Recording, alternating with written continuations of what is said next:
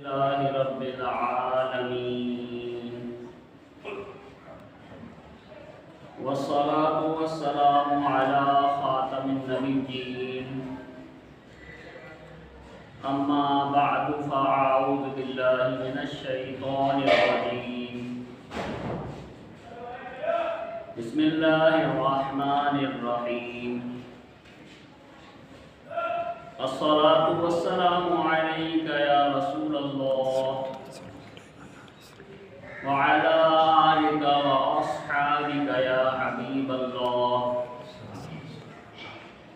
الصلاة والسلام عليك يا نبي الله وعلى آلك وأصحابك يا نور الله نويت سنة الاعتكاف. اللہ پاک کے سب سے آخری نبی رسول ہاشمی صلی اللہ علیہ وسلم کا فرمان ہے انکم تعرضون علی باسمائکم وسیمائکم فاحسنوا الصلاۃ علی. بے شک تمہارے نام مع شناخت مجھ پر پیش کیے جاتے ہیں، یعنی تمہارے نام تمہاری شناخت کے ساتھ مجھ پر پیش کیے جاتے ہیں، لہذا مجھ پر احسن یعنی بہترین الفاظ میں شوق اور محبت کے ساتھ درود پاک پڑھو. جا کے وہاں پیش ہوگا نام بنام. جا کے وہاں پیش ہوگا نام بنام، جس کا ہو درود شریف بزم مولد میں جب ہو تم حاضر. مولد مطلب میلاد کی محفل میں، بزم مولد میں جب ہو تم حاضر، پڑھتے ہر دم رہو درود شریف. صلو علی الحبیب صلی اللہ تعالی علیہ وسلم. اللہ تبارک و تعالی پارہ 22 سورہ فاطر کی آیت نمبر 10 میں ارشاد فرماتا ہے ما کان یرید العزت فللہ العزت جمیعا. آیت کریمہ کا ترجمہ ہے جو عزت کا طلبگار ہو تو ساری عزت اللہ ہی کے پاس ہے. یعنی جسے عزت چاہیے تو عزت ملے گی کہاں؟ اللہ کی بارگاہ سے. پیارے میں بھائیوں، عزت ہمارے معاشرتی رویوں کا ایک اہم ترین یا شاید کہہ سکتا ہوں کہ اولین بنیاد ہے. ہم اپنی زندگی کے اکثر فیصلے عزت کی بنیاد پر کرتے ہیں. شادی بیاہ کے موقع پر لوگ صرف ناک بچانے یعنی عزت بچانے کے لیے لاکھوں روپے کا قرض چڑھا لیتے ہیں. اب تو گھر میں جنازہ ہو جائے اس وقت بھی اہل خانہ کو سوچ سمجھ کر معاملات کرنے پڑتے ہیں کہ کہیں عزت پر حرف نہ آ جائے. کپڑوں کی خریداری ہو یا جوتوں کا انتخاب، گھر کا نقشہ بنانا ہو یا گاڑی کی خریداری، گھر میں چھوٹا موٹا فنکشن ہو یا کوئی بڑی تقریب، غرض ہمارے سارے فیصلے اس بنیاد پر ہوتے ہیں کہ لوگ کیا کہیں گے، آیا معاشرے میں ہماری عزت ہوگی یا نہیں. ہمارے ہاں بعض لوگوں کو سوشل انزائٹی یعنی لوگوں کے سامنے عزت خراب ہونے کا بھی خوف ہوتا ہے. ان کے آنے پر کھڑے ہو کر سلام نہ کیا جائے تو ناراض ہو جاتے ہیں. فنکشن وغیرہ ہو بھرپور اہتمام کے ساتھ دعوت نہ دی جائے تو ناراض ہو جاتے ہیں. اچھی کرسی بیٹھنے کے لیے بہترین جگہ فراہم نہ کی جا سکے، گھر پر آنے پر اچھا کھانا اچھی مہمان نوازی نہ ہو پائے تو ناراض ہو جاتے ہیں. نام کے ساتھ 4 القاب نہ لگیں تو برا مان جاتے ہیں. غرض فیملی میں کتنے ایسے ہوتے ہیں جن کی عزت افزائی کا اچھا خاصا خیال رکھنا پڑتا ہے. بعض دفعہ کوئی تقریب وغیرہ ہو تو بندہ کافی مشکل میں آ جاتا ہے. سب مہمان ایک طرف، وہ 2-4 ایک طرف، ساری مصروفیات چھوڑ کر ان کی عزت کا دھیان رکھنا پڑتا ہے ورنہ وہ ساری تقریب خراب کر دیتے ہیں. خیر، اپنی عزت نفس کی ہمیں حفاظت کرنے کی چاہیے. البتہ عزت کو بنیاد بنا کر جو ہم اپنی زندگی کے فیصلے کرتے ہیں، عزت کی طرف جو ہمارے اندر پائی جاتی ہے پھر عزت کمانے کے لیے ہم بعض دفعہ پوری زندگی لگا دیتے ہیں۔ یہ عزت کیا ہے؟ عزت اصل میں ملتی کہاں سے ہے، کیسے ملتی ہے، یہ آج ہمارا موضوع ہے، یعنی آج ہم اس بات پر جو ہے گفتگو کریں گے۔ آیت کریمہ کا ایک اہم حصہ ہم نے سنا، اللہ پاک نے فرمایا ماں کانا یرید العزت، جو عزت کا طلبگار ہو، یعنی جو عزت کا طلبگار ہے، چاہے وہ عزت دنیا کی ہو یا آخرت کی، اسے وہ عزت اچھے لباس سے نہیں ملے گی، اچھی گاڑی اچھے گھر سے نہیں ملے گی، مال و دولت سے نہیں ملے گی، مقام و مرتبے عہدے اور منصب سے نہیں ملے گی۔ جو عزت کا طلبگار ہے وہ جان لے فَلِلَّهِ الْعِزَّةُ جَمِيعًا، تو ساری عزت اللہ ہی کے پاس ہے۔ دیکھیے ہمیں جب کوئی چیز چاہیے ہو تو وہاں سے لیتے ہیں جہاں سے ملتی ہو، مثلا دوائی چاہیے تو میڈیکل اسٹور پر جاتے ہیں، روزمرہ استعمال کی گراؤسری چاہیے یعنی استعمال کی چیزیں چاہیے تو گراؤسری کی دکان پر جاتے ہیں، کپڑے خریدنے ہو تو کپڑے کی مارکیٹ میں پہنچتے ہیں۔ تو اللہ پاک نے فرمایا فَلِلَّهِ الْعِزَّةُ جَمِيعًا، تو ساری عزت اللہ ہی کے پاس ہے، یعنی اگر عزت چاہیے تو اللہ کی بارگاہ میں حاضر ہوں، اللہ کی بارگاہ میں سے عزت طلب کریں۔ عزت چاہیے تو اس کے مال و دولت کے پیچھے مت بھاگو، وہاں سے عزت نہیں ملتی۔ عزت چاہیے تو عہدے اور منصب کے پیچھے مت بھاگو، عزت چاہیے تو اس کے لیے کرسی، اچھے القاب، رشتہ داروں کے اہتمام وغیرہ کے پیچھے مت پڑو، جگہ جگہ بھیک مانگتے مت پھرو کہ ہماری عزت ہو، ہماری عزت ہو، فلاں نے میری عزت نہیں کی، فلاں نے مجھ سے کھڑے ہو کر سلام نہیں کیا۔ فرمایا عزت ساری کی ساری اللہ پاک کے ہاں ہے، وہی عزت کا مالک ہے، وہی شرف و عظمت و بزرگی عطا فرمانے والا ہے۔ عزت چاہتے ہو تو اسی رب رحمان کے در پر سر جھکا دو، اللہ پاک عزتوں کی معراج پر پہنچا دے گا۔ بڑی خوبصورت آیت کریمہ ہے، بار بار پڑھنی چاہیے، سمجھ کر پڑھنی چاہیے، جو ابھی آج ہم نے موضوع بنایا ہے۔ غیر مسلم جو تھے وہ اپنے مال و دولت، تخت و تاج، حکومت پر بھروسہ کرتے تھے، ان کا ماننا تھا کہ یہ تھوڑے سے مسلمان ہمارا کیا بگاڑ لیں گے، تاج و تخت و حکومت ہمارے پاس ہے، دنیا میں عزت واہ تو سب ہماری ہے، ہمارا روب ہے، ہمارا ہی ہر طرف دبدبا ہے، بھلا ہمیں کون پست کر سکتا ہے۔ اللہ پاک نے اپنے محبوب کریم صلی اللہ علیہ وسلم نے فرمایا قل، اے محبوب آپ کہہ دو، آپ ان لوگوں سے یہ بات کہہ دو۔ سبحان اللہ، اپنی تعریف اللہ پاک نے اپنے محبوب صلی اللہ علیہ وسلم کی زبان پاک سے کروائی، یعنی اللہ نے خود یہ بات ارشاد نہیں فرمائی، بلکہ اللہ نے اپنی شان کو اپنے محبوب کے زبان مبارک سے جو ہے کہلوایا کہ آپ کہو۔ مولانا حسن اللہ خان رحمۃ اللہ علیہ فرماتے ہیں قل کہہ کے اپنی بات بھی لب سے تیری سنی، اللہ کو ہے اتنی تیری گفتگو پسند، یعنی اللہ پاک نے سورہ اخلاص میں اپنی شان توحید بیان فرمائی۔ ہم کہتے ہیں کہ قرآن جو سارا کا سارا حضور کی نعت ہے۔ اب کوئی کہے کہ بھائی قرآن میں تو سورہ لہب بھی ہے، اس میں تو ساری خبر لہب کی برائی ہے، قرآن میں تو سورہ اخلاص بھی ہے، تو ساری اللہ کی توحید ہی کا بیان ہے، تو حضور کی نعت جو ہے وہ سارا قرآن کیسے ہو گیا؟ تو دیکھیے کہ سارا قرآن حضور کی نعت کیسے ہوا۔ سورہ لہب ہے، تبت یدا ابی لہب وتب، ابو لہب کے ہاتھ ٹوٹ جائیں، وہ تباہ و برباد ہو جائے، اور پھر فرمایا تبت یدا ابی لہب کے ہاتھ ٹوٹ جائیں، مطلب کسی کو بددعا دیتے نا تو کہتے ہیں تیرے ہاتھ ٹوٹ گیا، مطلب تو برباد ہو جائے، تو تباہ ہو جائے۔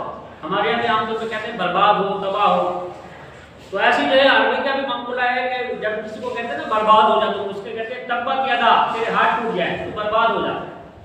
تو اللہ نے یہی بات، ابو لہب نے یہ بات کہی تھی جب حضور صلی اللہ علیہ وسلم نے جو ہے کوہ صفا پہ تشریف لا کے اعلان نبوت فرمایا کہ اے لوگوں آؤ، بلایا، پھر کہا کہ اگر میں کہوں کہ پہاڑ کے پیچھے سے دشمن کی فوج تم پہ حملہ آور ہونے والی ہے تو تم میری بات مان لو گے؟ تو لوگوں نے کہا کہ ہمیں پتہ ہے پہاڑ کے پیچھے کوئی نہیں ہے، لیکن آپ سے ہم نے کبھی خلاف واقع بات سنی نہیں، آپ نے کبھی جھوٹی بات کہی نہیں، تو آپ کہیں گے تو ہم مان لیں گے۔ تو آپ نے فرمایا کہ قولوا لا الہ الا اللہ، کہو میں اللہ ایک ہے اور انی رسول اللہ، میں اللہ کا رسول ہوں، یعنی اللہ نے مجھے تمہاری ہدایت کے لیے بھیجا ہے۔ تم یہ جو اپنے ہاتھوں سے بنائے ہوئے بتوں کی پوجا کرتے ہو تو یہ تمہارے معبود نہیں ہے، تمہارا معبود وہ ہے جس نے ساری کائنات کو تمہیں بنایا ہے۔ تو کہو کہ اللہ ایک ہے، وہ کسی کا یعنی اس کا کوئی شریک نہیں ہے اور میں اس کا رسول ہوں۔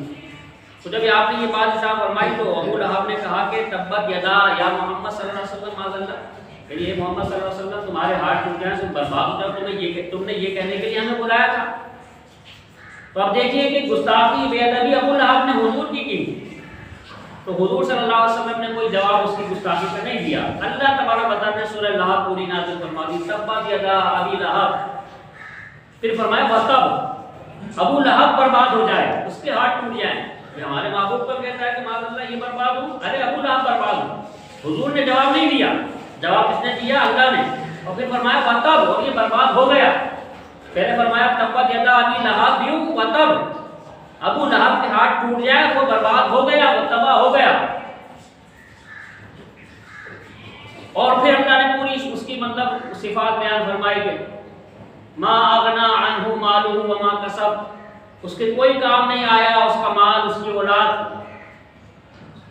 سیصلی نارا ذات لہب،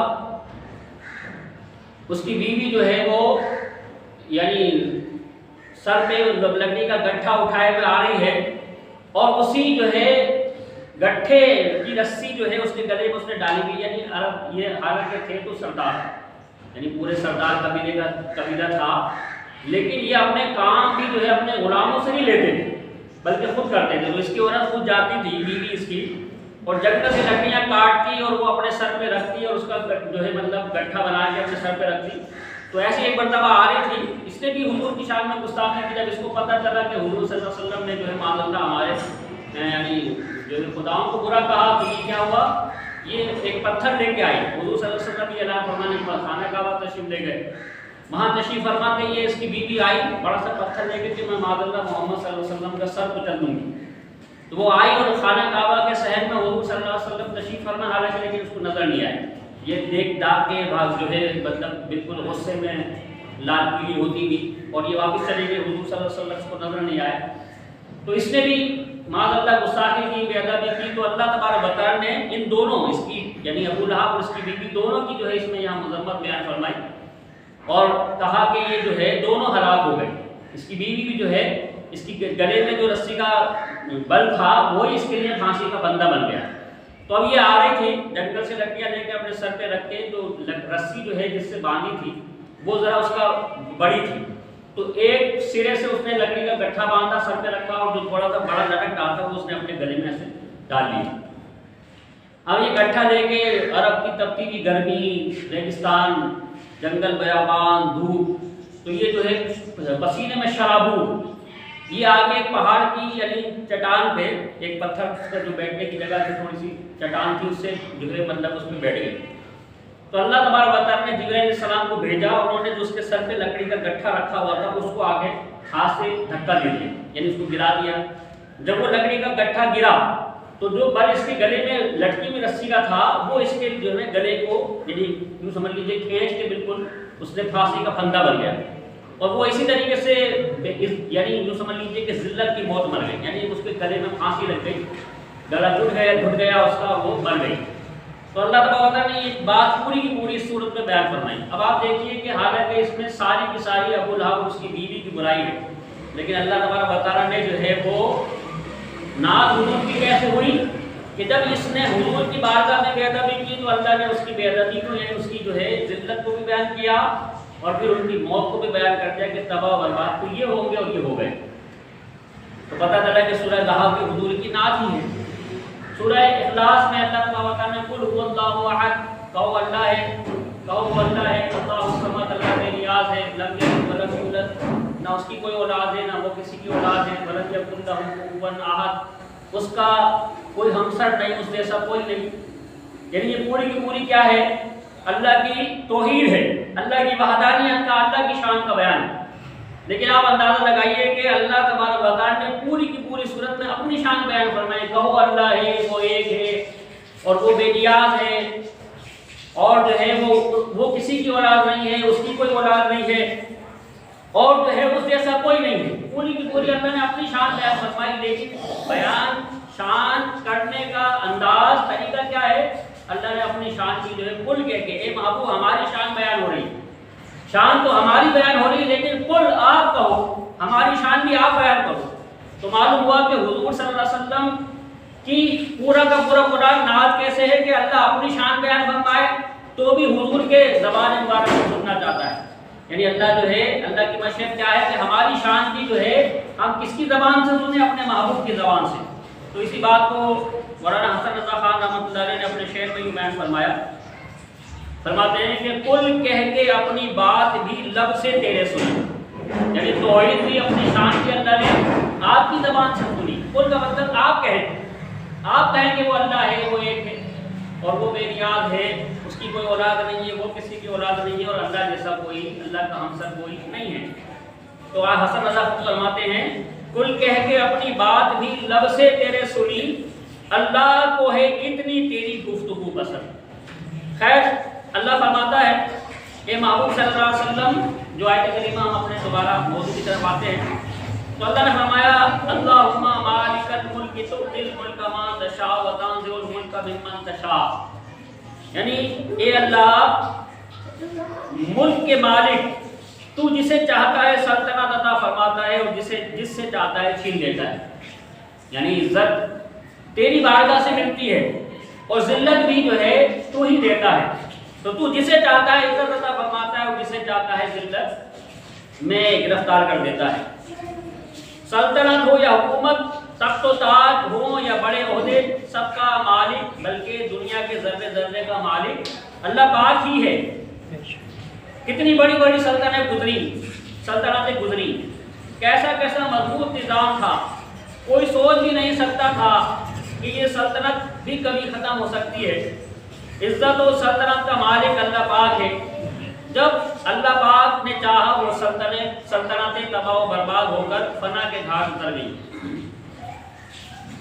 کتابوں میں لکھا ہے ایک بادشاہ تھا، بڑی عزت رکھتا تھا، بڑی سلطنت تھی، نوکر چاکر، فوج، خزانے، سب کچھ تھا. اتفاق ایسا ہوا کہ بادشاہ کے محل کے سامنے ہی ایک گڑیا کی چھوٹی سی جھوپڑی تھی. وہ جگہ اس گڑیا کی ملکیت میں تھی، یعنی اسی کی ملکیت تھی، گڑیا ہی کی تھی. ظاہر ہے عالیشان محل کے قریب ہی چھوٹی سی جھوپڑی بری لگتی ہے. محل کی شان و شوکت میں فرق آتا ہے. بادشاہ نے گڑیا کو کہا اپنی یہ زمین مجھے فروخت کر دو، مگر گڑیا نہ مانی. ایک دن ایسا ہوا کہ گڑیا کسی کام سے جنگل کی طرف گئی تھی کہ بادشاہ نے سپاہی بھیجے اور اس کی جھوپڑی کو گرا دیا، تباہ کر دیا. گڑیا واپس آئی تو اپنا گھر گرا پڑا دیکھا. اب گڑیا نے کچھ نہیں کہا، نہ کچھ کیا، نہ بادشاہ کو گالیاں دی، نہ کسی کے دروازے پر جا کر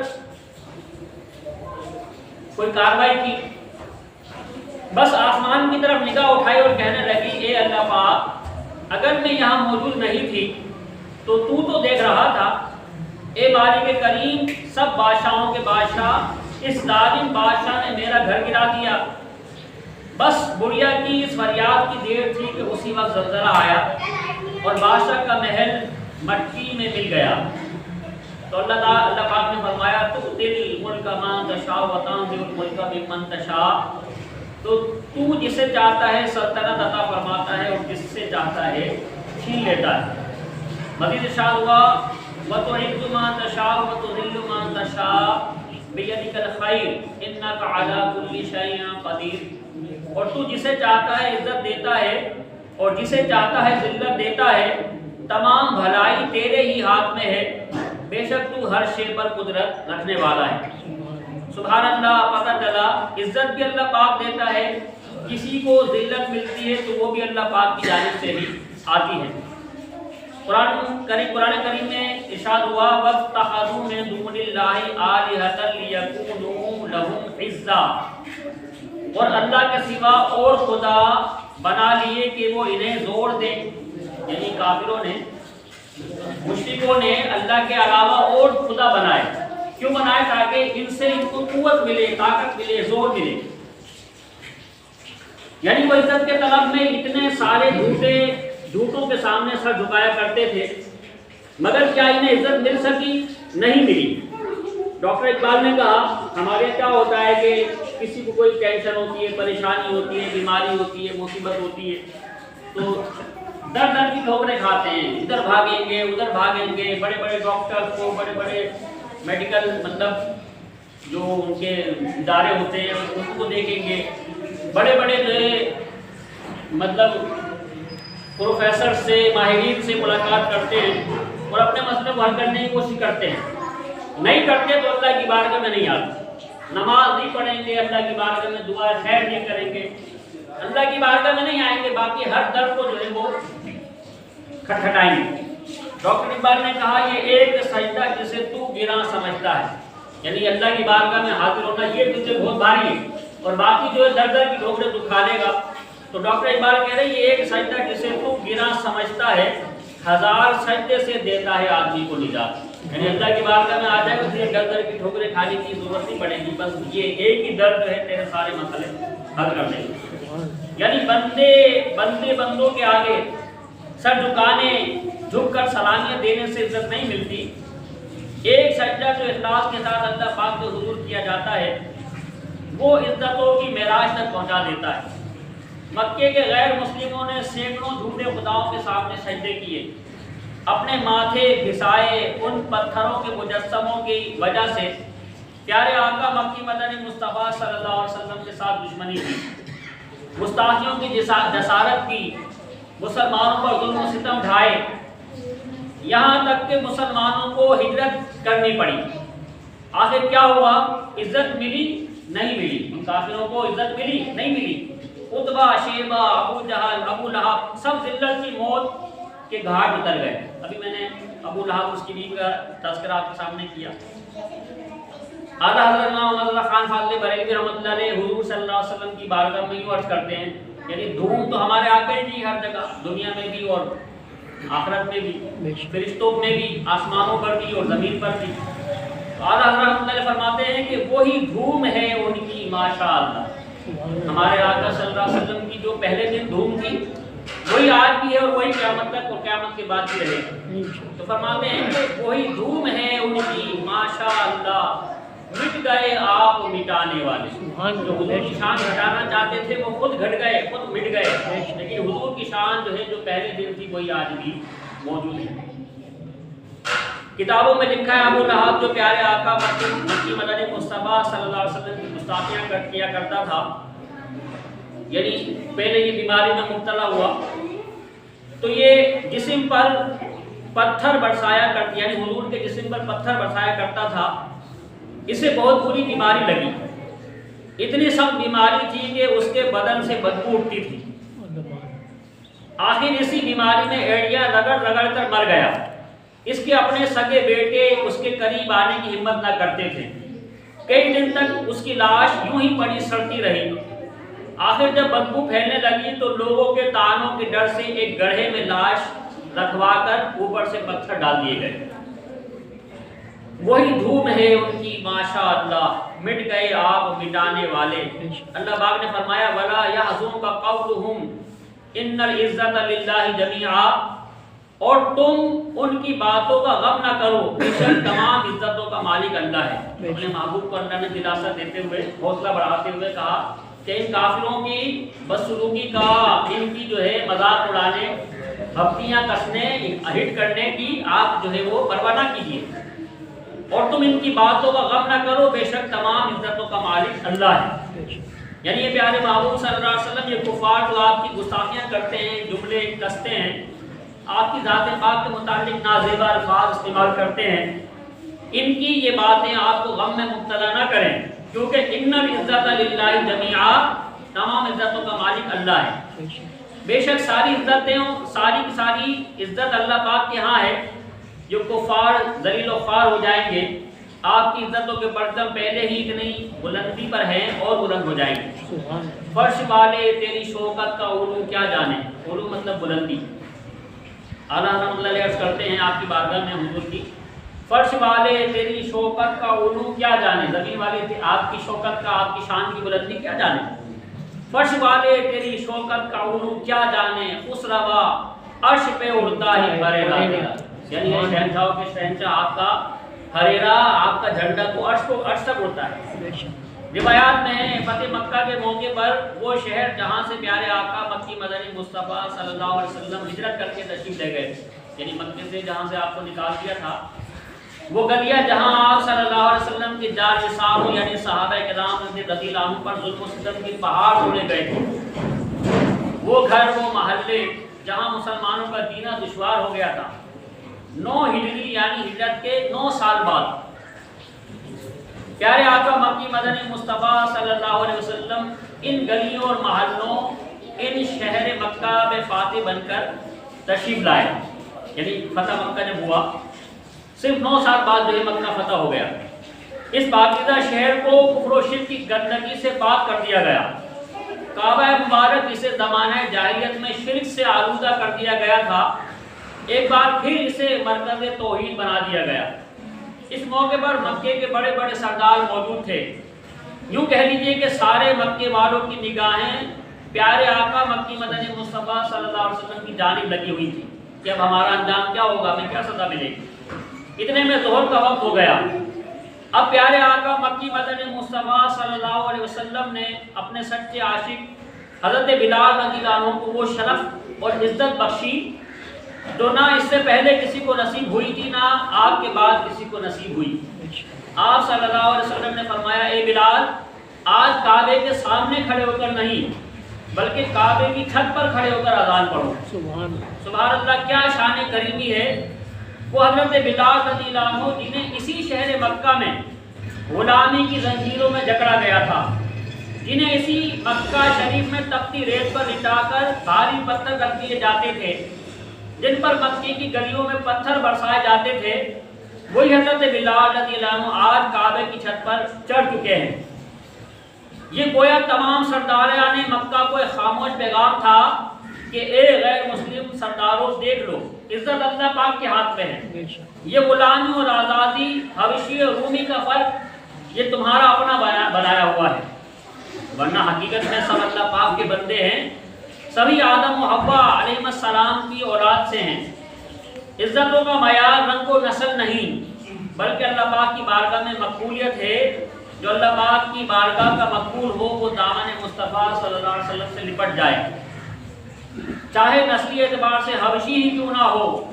اللہ و رسول عز و جل صلی اللہ علیہ وسلم اسے ایسی عزت سے نوازتے ہیں کہ بڑے بڑے سردار بھی ان کی عزت عظمت کو ٹوپی سنبھال کر چہرہ اٹھا کر دیکھتے ہیں، یعنی اتنی بلند ہے کہ سر اٹھا کے جو ہے کہ ٹوپی گر جائے، ایسے جو ہے وہ مطلب ان کی مقام اور بلندی کو دیکھتے ہیں۔ دامن مصطفیٰ سے جو لپٹا یگانہ ہو گیا، جس کے حضور ہو گئے اس کا زمانہ ہو گیا۔ حضرت بلال رضی اللہ عنہ کعبے کی چھت پر چڑھی، اذان شروع کی، اور جو ہے جب روایات میں ہے اشہد ان محمد رسول اللہ صلی اللہ علیہ وسلم پر پہنچے تو آپ نے جتنی آپ کے اندر قوت تھی اتنی قوت لگا کے بہت زیادہ بلند آواز سے جو ہے اشہد ان محمد رسول اللہ کہا صلی اللہ علیہ وسلم۔